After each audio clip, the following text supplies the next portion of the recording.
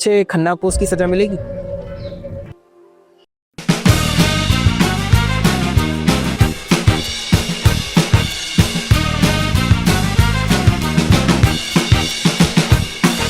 गुरुजी नमस्ते। जी नमस्कार।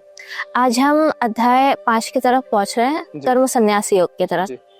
तो कर्म संन्यास योग क्या है और अर्जुन ने श्री कृष्ण जी से ऐसा क्या प्रश्न किया था जिससे इस योग का आरंभ हुआ? जी एक्चुअली गीता में भगवान श्री कृष्ण ने अर्जुन को, जब वो युद्ध नहीं कर रहे थे कि सारे मेरे रिलेटिव्स हैं तो उन्हें मैं कैसे मारूं, तो इस पड़ाव पे आकर के वो प्रश्न पूछते हैं। उन्हें दो मार्गों वो बताते हैं भगवान श्री कृष्ण। एक मार्ग होता है, ये आज के यूथ के लिए भी, सभी इंसानों के लिए, हर समय के लिए ये इम्पोर्टेंट है, यूथ के लिए बहुत ज्यादा, क्योंकि समस्याएं बढ़ती चली जा रही। तो उन्होंने कहा, पहला उन्होंने मार्ग बताया वो कर्मयोग है, निष्काम कर्मयोग में कहो, जिसे कहो निष्काम कर्मयोग है बेसिकली। और दूसरा है संन्यास। संन्यास करते कि सब कुछ छोड़ दीजिए, भगवा वस्त्र पहन लीजिए और कहीं हिमालय पर बैठ जाइए जाके, तो उसको हम कहते हैं संन्यास। तो ये दो मार्ग उन्होंने बताया। तो अर्जुन या कोई भी इससे वो हो जाएगा, परेशान हो जाएगा, व्यथित हो जाएगा कि आप दो कॉन्ट्रडिक्टरी मार्ग बता रहे हैं। एक तरफ कह रहे हो ये इससे भी मिल जाएगा कि आप संन्यास सब कुछ छोड़ करके चले जाओ, हिमालय पर बैठ जाओ, जाके पर्वत पे चले जाओ, कहीं छोड़ दो परिवार को। और वो एक योद्धा है, वो तो वो योद्धा है, पॉसिबल नहीं है। ये भी आप कह रहे हो कि ये भी मार्ग है, और दूसरी तरफ आप ये भी कह रहे हो कि ये युद्ध करो, निष्काम होकर के युद्ध करो और अपनों के ही अपनों पे चलाओ। इसलिए वो कंफ्यूज हो गए। तो इसलिए उन्होंने ये प्रश्न पूछा कि आखिर आप कहना क्या चाहते हैं, कि आप ये कहना चाहते हो कि संन्यास बेहतर है या कर्मयोग संन्यास बेहतर है, जिसे निष्काम कर्मयोग हम कहें। तो बेसिकली उन्होंने दो चीजों पर बात की, निष्काम कर्मयोग, कर्मयोग। तो अब मैं निष्काम कर्मयोग संन्यास का फिर जो भगवान श्री कृष्ण ने बताया उसका डिफरेंस आपको बताता हूँ, जो आपके प्रश्न है। तो पहली चीज जो बताते हैं संन्यास। संन्यास का अर्थ है कि आप सभी को छोड़ दें और चले जाए बाहर। परंतु संन्यास के साथ में एक समस्या है।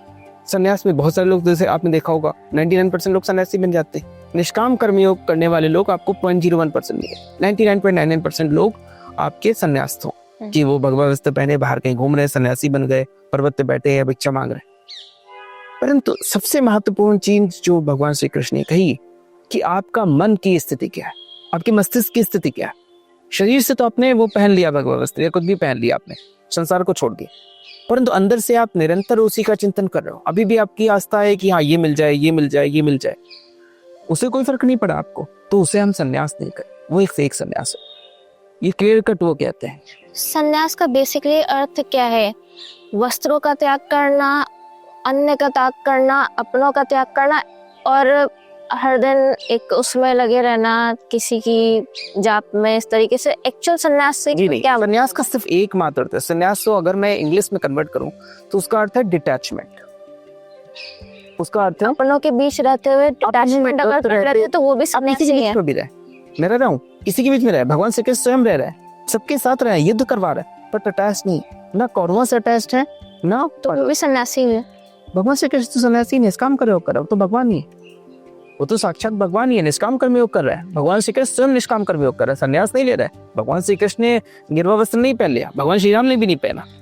समाज में रहे, समाज की बुराइयों को देखा, वध किया, रावण का वध किया, कंस का वध किया, जो अधर्मी कौरव थे उनका वध करवाया उन्होंने, स्वयं नहीं किया लेकिन अर्जुन से करवाया। वहां तो बिल्कुल वो खड़े रहे और दूसरों से, पांडवों से वध करवाया सबका। तो भगवान Shri Krishna clear cut message, स्वयं वो निष्काम कर्मयोग कर रहा है। क्योंकि भगवान श्री कृष्ण बार बार ये अर्जुन को अगले अध्यायों में भी कह रहे हैं कि मुझे तो इस संसार में कुछ भी प्राप्त होने होगी, बस तो अप्राप्य नहीं है, परंतु फिर भी मैं कर्म कर रहा हूँ। तो ऐसा व्यक्ति, आपको ये बहुत कंफ्यूजिंग सा सब्जेक्ट है। जो व्यक्ति आपको संन्यास्त दिख रहा हो कि वो सन्यासी है, घर बार सब कुछ छोड़ के चला गया, वो चीज भी बहुत सही नहीं है, क्योंकि आपको एक रिस्पॉन्सिबिलिटी दी गई थी ना। अभी भी अभी शरीर के भरण पोषण के लिए आपको खाने की आवश्यकता, तो यही वो अर्जुन को समझाने की कोशिश करते हैं। तो उसके लिए, जीविकोपार्जन के लिए, आपको शरीर को चलाने के लिए एक परिवार होगा, एक माता पिता ने आपको पैदा किया, उनको चलाने के लिए उनके कुछ आपके ऊपर कर्ज हुआ, क्योंकि उन्होंने आपके इतनी मेहनत से उन्होंने आपके ऊपर इतने पैसे लगाए, सब कुछ किया, अपनी भावनाएं लगाई, उनको बिना कुछ आप रेसिप्रोकेट किए उनको कुछ दिए, आपको भी तो कुछ देना होगा ना उन्हें। तो वो ऋण तो रहेगा, पितृ ऋण, उस ऋण को तो उबर होना पड़ेगा आपको। उस ऋण को चुकाने के बाद ही आप संन्यास्त हो सकते हैं, लेकिन उसके पहले भी लोग हो जाते हैं। इसके बावजूद सबसे महत्वपूर्ण चीज वो कह रहे हैं कि संन्यास का एकमात्र रास्ता है मन से सन्यासी होना, मस्तिष्क से सन्यासी होना, कि मस्तिष्क से आप अटैच नहीं है। भले ही आप भोग विलास में लगे, जैसे वो स्वयं युद्ध करा रहे हैं, लेकिन उन्हें कोई फर्क नहीं पड़ रहा है कि कौरव मरने जा रहे हैं तो ये मरने जा रहे हैं, क्या हो रहा है, तो अटैच नहीं। हर एक युद्ध को उन्होंने डिटैच्ड होकर किया, जीत और हार के भेदभाव से परे होकर के। तो वो इस बात की बात कर रहा है, वो कह रहे हैं संन्यास का अर्थ है बाहरी दिखावे से, शरीर से संन्यास की बात नहीं कर रहे कि शरीर से ठीक है मैं ये नहीं खाऊंगा वो नहीं खाऊंगा। कुछ लोग एक छोटी छोटी चीज त्याग देते हैं, कोई प्याज त्याग दे रहा है, कोई लहसुन त्याग दे रहा है, उनका कोई अर्थ नहीं। गीता उन विषयों पर नहीं, गीता स्पिरिचुअलिटी की बात करती है। रिलीजियस टर्म्स में ये सब चीजें छोड़ी जाती है क्योंकि इनसे रिलीजियस टर्म बहुत छोटी चीज है। बिकॉज मैंने पहले भी आपको कहा religion is basically science plus law plus education plus everything. Religion सब कुछ है, साइंस इन सबका क्लब करके जो चीज बनाएगी वो रिलीजन। बेसिकली सनातन धर्म जिसमें सब कुछ उसमें इंक्लूड कर दिया। तो लोगों को लगता है स्पिरिचुअलिटी भगवान को पाने के लिए, भगवान पाने के लिए रिलीजन है कि आप कैसे जीवन अच्छा जी सकते हैं, स्पिरिचुअलिटी है कि आप कैसे सत्य को जान सकते हैं, ईश्वर को कैसे जान सकते हैं। इस हमने पहले उस समय देखा था कि साइंस तो पूरी ही सनातन धर्म है, कोई अलग नहीं है। हाँ, रिलीजन और साइंस में कोई फर्क नहीं। रिलीजन में तो साइंस भी है, सब कुछ है। तो लहसुन खाना छुड़वा रहे हैं या कुछ छुड़वा रहे हैं कि आपके अंदर विकार ना है, उस टाइप की चीजें ना है, इसलिए वो छुड़वा रहे हैं। भगवान से उसको कोई लेने देना नहीं। कोई कह रहा है उसमें राक्षस थे, ऐसा कुछ नहीं। वो सिर्फ कहानियां बनाई गई ताकि लोग आसानी से छोड़ सके। और तुम्हें बड़ा मुश्किल होता है अच्छी चीजें खा पीना छोड़ देना, कुछ भी छोड़ देना, किसी भी प्रकार की चीजें, क्योंकि मन का स्वभाव है कि वो नीचे की तरफ भगता है या उसको टेस्ट चाहिए, कुछ भी चाहिए। तो उससे बचाने के लिए हमें बहुत सारी चीजें चाहिए। मैंने आपको पहले भी कहा था, एक छोटे बच्चे को हम डराते हैं कि तुम्हें कोई बाबा पकड़ ले जाएगा, बाहर जाओगे, तो उसके पीछे क्या सच में कोई बाबा होता है? अब जैसे कहानी बना दी गई कि सेंटा क्लॉज आएंगे गिफ्ट देंगे, वो घर में माँ बाप ही गिफ्ट देते होते, जिससे बच्चों को खुशियां मिले। तो हर घर में छोटी छोटी कहानियां बनाएंगे। हमने ऐसे छोटी छोटी कहानियां बना दी कि बाहर तुमको कोई बाबा पकड़ ले जाएगा, जिससे कि बच्चा बाहर उस डर से ना जाए। और क्या ये झूठ बोला गया उसको? नहीं, वो झूठ से वो एक पॉजिटिव झूठ था। तो ऐसे ही पॉजिटिव झूठ बोले गए और ऐसी कहानी स्टोरीज बनाई गई जिससे लोग इन सब चीजों से बचे और वो एक अच्छा जीवन जी सके। बट स्पिरिचुअलिटी अच्छे जीवन की बात नहीं करती। स्पिरिचुअलिटी बात करती है कि कैसे हम अपने वास्तविकता को जान सकते हैं, अपने एग्जिस्टेंस को जान सकते हैं। तो उसके लिए गीता है, भगवत गीता भगवान श्री कृष्ण की, उपनिषद है। तो ये सारी चीजें, वेदांत है जो इन सब चीजों पर बात करता है। वेद भी रिलीजन की बात करता है, थोड़ी बहुत स्पिरिचुअलिटी की बात करता है। वेद में रिलीजन भी इंक्लूडेड है। तो भगवान श्री कृष्ण यहाँ पर बार बार उसी चीज की बात कर रहे हैं, निष्काम कर्मयोग की बात करें तो वो क्लियर कट कहते हैं कि संन्यास से ऊपर जब अर्जुन पूछते हैं कि इन दोनों में श्रेष्ठ क्या, तो वो श्रेष्ठ बताते हैं कौन सा है, निष्काम कर्म, जिसमें आप जीव का उपार्जन भी कर रहे हैं पर फिर भी आप अटैच नहीं, आप गृहस्थ भी हैं, आप शादी भी कर रहे हैं, आपके बच्चे भी हैं, आप माता पिता का भी निर्माण कर रहे हैं, बच्चों का भी निर्माण कर रहे हैं, इसके बावजूद आप किसी से भी अटैच नहीं। जब आपका चलने का आया आप चल दिए, सब कुछ वैसे ही रखकर।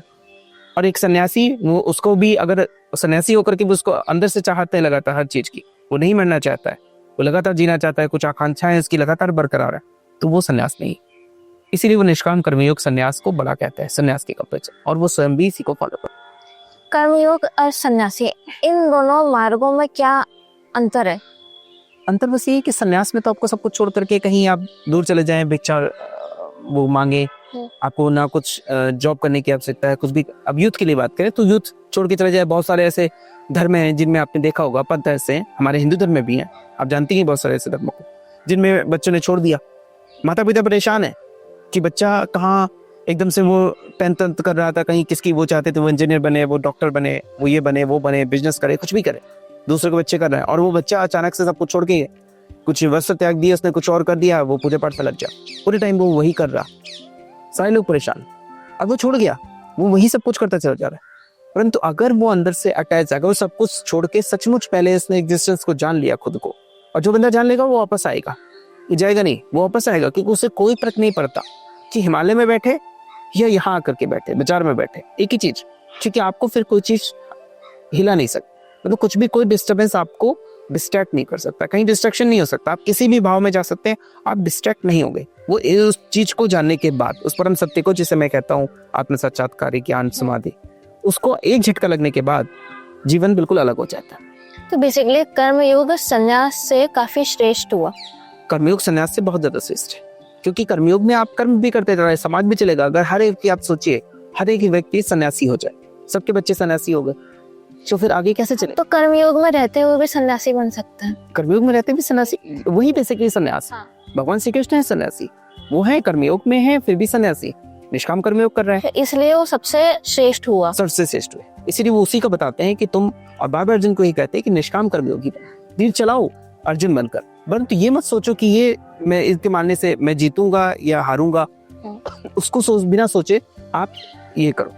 अब मैं आपको इसमें ये चीज बता दूं, ये चीज मैंने जैसे आपको पहले भी बताई थी, निष्काम कर्म योग कैसे किया जा सकता है, लोग करते हैं, लेकिन वो कैसे करते हैं लोग, जो मैंने आपसे एक बार प्रश्न और पूछा था कि सबसे महंगी जॉब या जो भी कुछ हो, बिजनेस हो, वो कौन सा है सबसे हाईली पेड पूरे वर्ल्ड का? भूल रही हूँ मैं। बारिंग क्रिकेट और इन सबको छोड़ दीजिए आप, एक्टिंग। हाँ। जो बेस्ट एक्टर्स है सबसे highly paid, correct. Best actors, sports person को छोड़ दीजिए आप, best actors are highly paid because वो अपनी emotions bridge, but they are paid. तो आपको क्या करना, उस एक्टर जैसा, जब एक्टर उस एक्टिंग में घुसता है, किसी कैरेक्टर में घुसता है, तो पूरा वैसा परफॉर्म करता है जो बेस्ट एक्टर्स होते हैं। पता ये भी भूल जाता है कौन उनसे नफरत कर रहा है जी, उनकी एक्टिंग को लेके। तो आप जब देख रहे होंगे सामने, तो आप रोने लगते होंगे उसको देख के, वो कैरेक्टर में इतना घुस जाता है, राइट? करेक्ट। जैसे और उतना ही वो हिट होता है। फिर बाद में अभी रिसेंट मूवीज का जैसे मैं चर्चा अच्छा करना। यस, अच्छा करना, धुरंधर में घुसा वो, पहले जब वो हीरो था तब नहीं घुस पाया, और वो कैरेक्टर दोनों हो सकता है, पॉजिटिव नेगेटिव दोनों हो सकता है। जब वो बंदा हीरो था, ठीक तो है, उसने उसको किसी ने नहीं पूछा, हाँ, लेकिन तब जब वो उसको नेगेटिव पूछा। कैरेक्टर में लेकिन है, आप जब वो डकैत बना तो पब्लिक उसे लेने देने की तुम डकैत हो या क्या हो। बट अब अच्छे खाना ने कितनी अच्छी एंट्री मारी, उस एंट्री को देख करके सारे लोग एकदम चेंज हो गए। बॉबी देओल को देखिए, जब वो हीरो था तब वो कोई नहीं पूछ रहा था, एनिमल में देखिए उसकी एंट्री, वो दोनों song, nothing in the movie, या उसका बस एक डांस जो था वो हिट हुआ। वो हिट हो गया, तो उसका भी डांस हिट हुआ, इसका भी डांस हिट हो गया। तो बेसिकली वो कैरेक्टर में कितना घुस रहा है इस पर डिपेंड करता है। तो this is what we have to do, this is the message, every youth has to try this thing. Every youth अभी से एक्चुअली हर इंसान को ही करना चाहिए कि this is our character only, ये हमारा सिर्फ कैरेक्टर है जिसमें हमें घुसना है, परफॉर्म ऐसे करना है कि जैसे कि यही मैं हूँ, लेकिन ये मैं नहीं हुई जानते हुए कि मैं ये नहीं। तो अर्जुन को यही समझाने की कोशिश करें तुम कि अर्जुन में घुस जाओ, अर्जुन के वेश में घुस जाओ और तीर चलाओ। ये तुम्हारे रिश्तेदार नहीं है, तुम अर्जुन भी नहीं हो, तुम इस तरीके से तीर चलाओ कि अर्जुन भी नहीं हो, लेकिन परफॉर्म तुम्हें ऐसा करना है बेस्ट एक्टर जैसा, जैसे कि अवार्ड तभी मिलेगा बेस्ट एक्टर का जब तुम परफॉर्म करोगे एग्जैक्टली अर्जुन बन। तो ऐसे केस में क्या होगा, डायमंड अगर को किसी को गोली मार रहा है तो उसको कोई दुख हो रहा है, पाप लग रहा है उसे? नहीं। या उसे खुद गोली मारी गई, जब वो खुद मरा तो उसको कोई दुख हुआ? नहीं। वो 2 मिनट उठा, उसके बाद उठ करके चल दिया, क्योंकि उसे पता था कि ये तो कैरेक्टर था, कैरेक्टर की रेस हुई।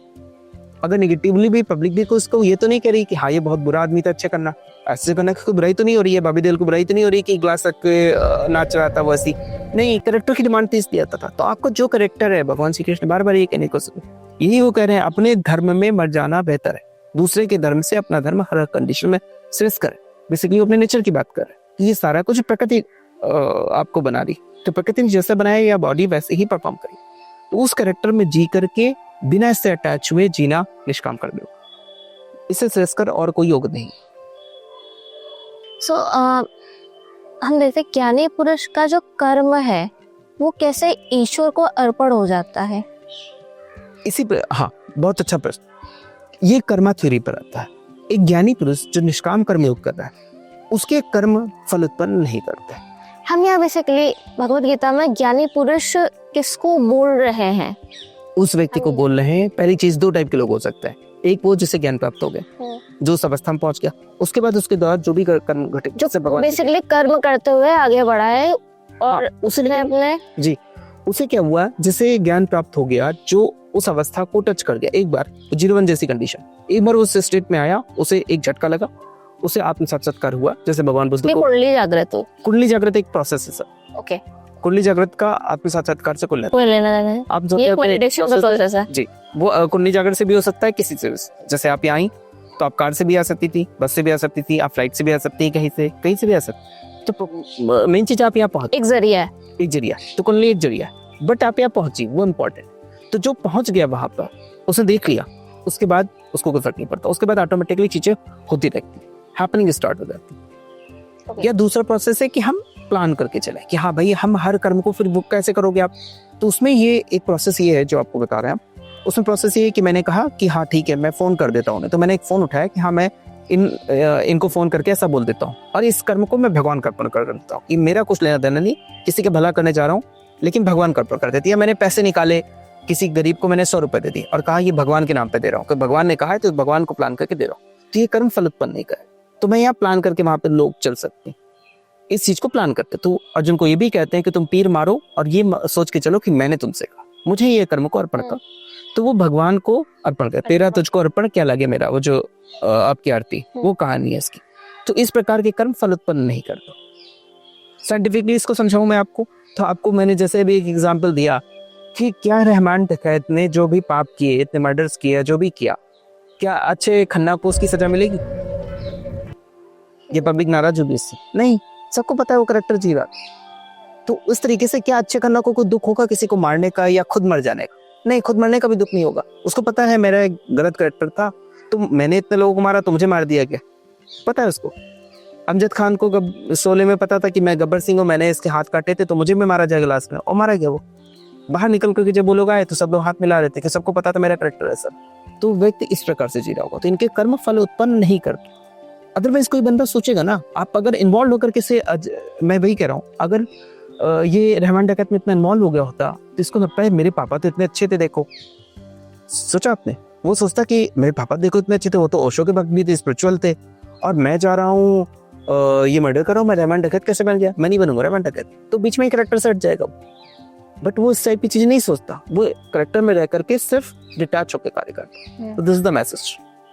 तो यदि अगर आज की डेट पे अर्जुन की तरह किसी व्यक्ति के मन में कर्म और संन्यास को लेके कोई द्वंद्व है, तो आप उसको क्या सलाह देना चाहेंगे?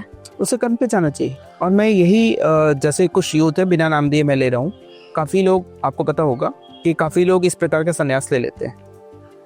तो उस प्रकार का संन्यास लेना आपको करना है तो आप जाएं, सच में उस सत्य की तलाश करें, परम सत्य की, अपने एग्जिस्टेंस की। क्योंकि भगवान दूसरे प्रकार का है, भगवान किसी मंदिर में नहीं है, कहीं वहां पर नहीं बैठा हुआ, भगवान तो हर जगह अवेलेबल। तो आपको सत्य को तलाश करना है, अपने एग्जिस्टेंस को तलाश करना है। तो उस क्यूरियोसिटी से आप तलाश करेंगे तो वो सेकंड्स में मिलते हैं, बहुत जल्दी प्रयास करेंगे तो बहुत जल्दी मिल जाते हैं। भगवान ने कहा है तुम एक कदम बढ़ाओ, मैं 1000 कदम बढ़ाओ। तो जो सच्चे दिल से सही दिशा में धीरे धीरे बढ़ते जाए, मार्ग मिलता जाता है। परंतु सब कुछ छोड़ करके, संसार छोड़ करके अगर और इधर आप इधर सोचते संसार के बारे में ही रहें और सिर्फ आप बाहर से दिखावे के लिए कर रहे हैं तो वो गलत है। इसलिए मैसेज यही है कि निष्काम कर्मयोग से अच्छा कुछ भी। Behave like as an actor, जिसके लिए मैं एक मेडिटेशन प्रोसेस भी आपको बताया था, जिसमें आप कर सकते हैं कि कहीं भी आप ऑफिस में बैठे हैं, स्कूल कॉलेजेस में बैठे हैं, आइज क्लोज करें और दूर खड़े जाएं, प्रोसेस करें। एक बार अपने को ऐसा हिप्नोटाइज करें कि आप दूर से देखें कि मैं वहां हूं और ये मेरी बॉडी है, ये मेरा हीरो है या मेरी हीरोइन है, ये मेरा एक्टर है जिससे मुझे परफॉर्म कराना है। अब एक दूसरे तरीके की कंडीशन आ जाए, इसको हम आनापानसति मेडिटेशन भी कह सकते हैं। बट आपको डेली दिन में 3-4 बार प्रैक्टिस करनी होगी कि ये बॉडी मेरी हीरो है, मैं अलग से इसको ऑपरेट कर, एकदम से आपकी लाइफ चेंज हो जाए। तो दिस इज द प्रोसेस। ये मेडिटेशन कर सकते हैं और धीरे धीरे प्लान करें, निष्काम करो। इससे अच्छा जो इतने साल पहले भगवान श्री कृष्ण ने बताया था, वो हर एक एरा में, हर एक टाइम रिलेवेंट है। तो this is to be followed by all, even Gen Z भी फॉलो कर सकते हैं। This is the best practice.